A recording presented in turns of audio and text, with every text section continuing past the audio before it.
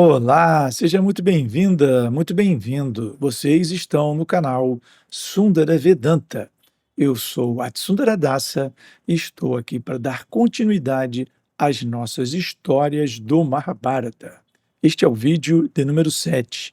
Então, se você ainda não assistiu aos outros vídeos, há um link aparecendo aqui em cima na tela para você ir lá e assistir a nossa playlist.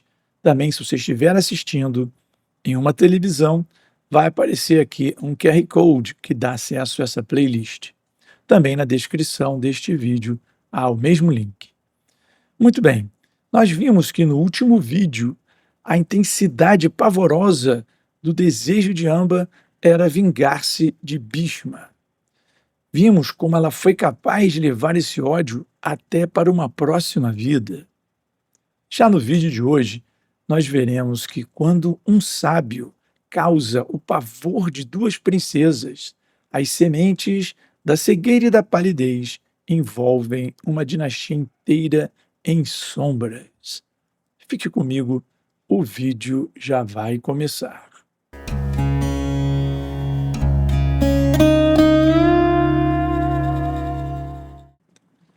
Vichitravirya, por fim, casou-se com Ambika e Ambalika. Mas, como ele era muito apegado às suas esposas, Bhishma continuava atuando como regente. Vichitravirya não tinha tempo para os assuntos do reino, porque ele passava quase que inteiramente os dias com Ambika e Ambalika. No entanto, o destino surpreendeu novamente. Vichitravirya contraiu uma doença pulmonar terrível e os médicos não conseguiram curá-lo. Essa doença consumiu a vida de Vichitravirya, que acabou falecendo.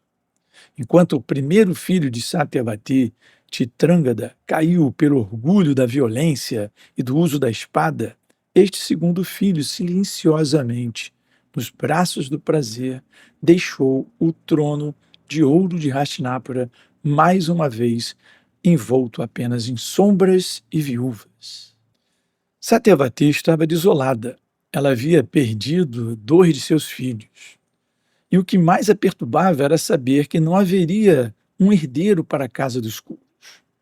Então, depois de pensar muito, ela procura Bhishma e lhe diz que ele deveria tomar as viúvas de seus irmãos e gerar filhos nela, para que a dinastia continuasse. Bhishma disse, no entanto, que não era correto ela lhe pedir isso, lembrou o seu voto terrível. Porém, Satyavati continuava argumentando, dizendo que esta era uma situação diferente.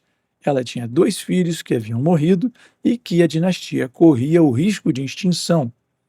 E, como último recurso, ela assumiu o papel de mãe dele, lhe dizendo que ele devia obedecer-lhe e que esse Dharma era mais importante do que o seu voto.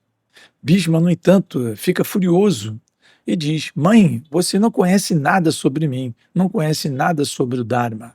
O sol pode perder seu brilho, a lua pode perder sua harmonia. O próprio Senhor do Dharma pode abandonar o Dharma, mas eu jamais abandonarei meu voto. E essa verdade de seguir o voto é tudo para mim. Por favor, abandona de vez esse pensamento. Os dias foram se passando e Bhismadeva via a infelicidade estampada no rosto de Satyavati. E, devido ao fato dela querer tanto um herdeiro, ele procurou um dia, chamou para conversar. Ele disse que, numa situação tão especial, um Brahmane ligado à dinastia poderia gerar filhos nessas viúvas, nas princesas, a fim de que a dinastia continuasse.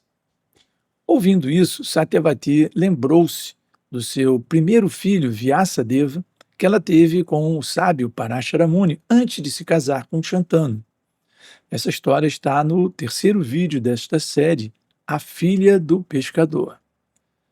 Então, conversando com Bhismadeva, Bhismadeva concorda em chamar Vyasadeva e gerar filhos nas princesas a fim de continuar a dinastia.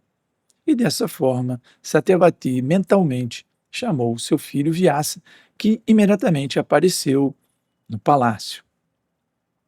Assim que Vyasa aparece, Satyavati conta a história do ocorrido e pede ajuda a Vyasadeva.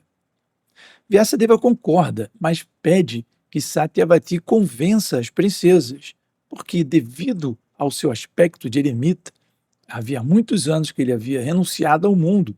Então, ele tinha o cabelo completamente comprido, emaranhado, as unhas enormes. Então, ele achou que esse aspecto poderia aterrorizar as princesas e pediu a Satyavati que convencesse as princesas a permitir que ele gerasse filhos nela a fim de continuar a dinastia. Satyavati convenceu as duas princesas e disse que elas precisavam dar à luz a pelo menos um menino para que os curos continuassem. Sendo assim, Ambika esperou Vyasadeva à noite em seus aposentos. Era uma noite muito escura. Enquanto ela esperava o sábio chegar, ela imaginava como poderia ser esse acontecimento. Por fim, o sábio aparece em seu quarto e ela tem uma visão aterradora, aquela figura coberta de cinzas, as unhas compridas, os cabelos desgrenhados. Então, ela, com o susto que tomou, ela manteve os olhos fechados a noite inteira, até acabar a relação que para ela era uma tortura. No dia seguinte, Satyavati encontra o sábio Vyasadeva e pergunta-lhe como foi. E Vyasa disse que nasceria um filho homem que seria muito forte, teria a força de 10.000 elefantes. Porém, devido ao fato de Ambika ter fechado os olhos, ele nasceria cego. Satyavati ficou muito aborrecida com Ambika, mas o que já tinha acontecido, já tinha acontecido. Então ela pediu a Vyasa que tentasse de novo, mas dessa vez com Ambalika. Vyasa concorda. E, na noite seguinte, ele vai visitar Ambalika em seus aposentos, que também ficou com muito medo. E ela tomou um susto tão grande que desapareceu completamente a cor de seu corpo. Ela sentia calafrios de frio enquanto manteve as relações com Vyasadeva. No dia seguinte, novamente, Satyavati pergunta a Vyasadeva como havia acontecido e ele diz que um grande herói muito doce iria nascer daquela relação, porém, devido ao fato de Ambalika ter quase desmaiado, perdido a cor, ele nasceria completamente pálido. Satyavati fica muito insatisfeita novamente e ela convence Vyasa a tentar uma terceira vez. Vyasa concorda, porém ele diz que agora ele vai embora, vai sair de Hastinapura, que quando os meninos nascessem ele voltaria quando a sua mãe lhe chamasse novamente. Passado algum tempo, os meninos nasceram e, como Vyasa havia predito, um era cego, o outro era muito branco. O primeiro recebeu o nome de Dhritarashtra, o segundo de Pandu. O nome Dhritarashtra significa aquele que mantém um reino. E isso é muito significativo, porque Dhritarashtra era cego. Ele era o primogênito e perdeu o direito de reinar justamente por causa da sua cegueira. Mas o nome aquele que mantém o reino significava também aquele que segura o reino, que se apega ao reino, que não quer deixar o reino escapar. E nós vamos ver como isso vai afetar a história da dinastia Kuru de uma maneira muito drástica. O segundo, Pandu, quer dizer simplesmente o pálido. E esses nomes foram dados por Vyasadeva. Satyavati, então, entendeu que era o momento de chamar Vyasa novamente. E ela assim o fez.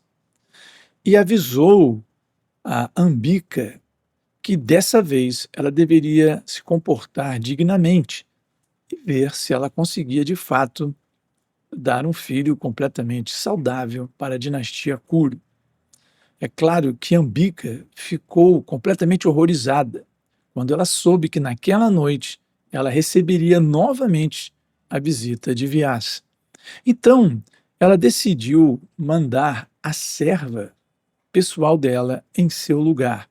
E assim ela vestiu a serva com vestidos muito finos, decorou-a, perfumou-a e fez com que a serva se colocasse em seu quarto.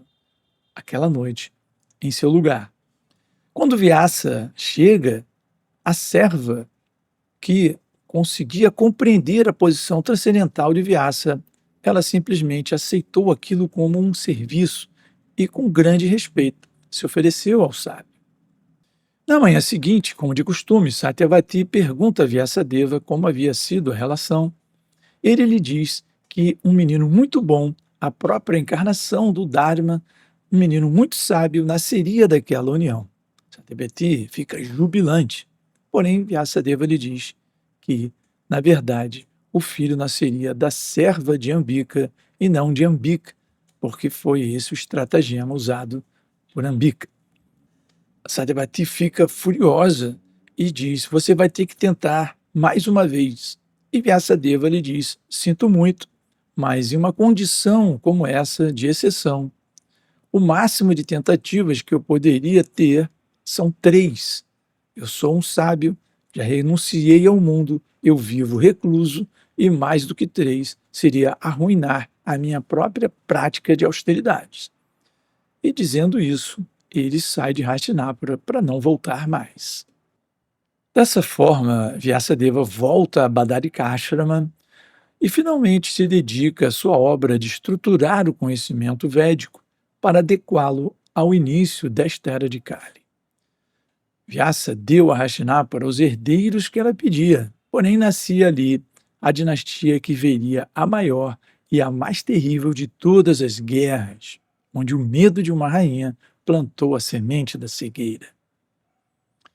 No próximo vídeo, veremos Dhritarashtra e Pandu crescendo na corte de Hastinapura. O Mahabharata está apenas começando.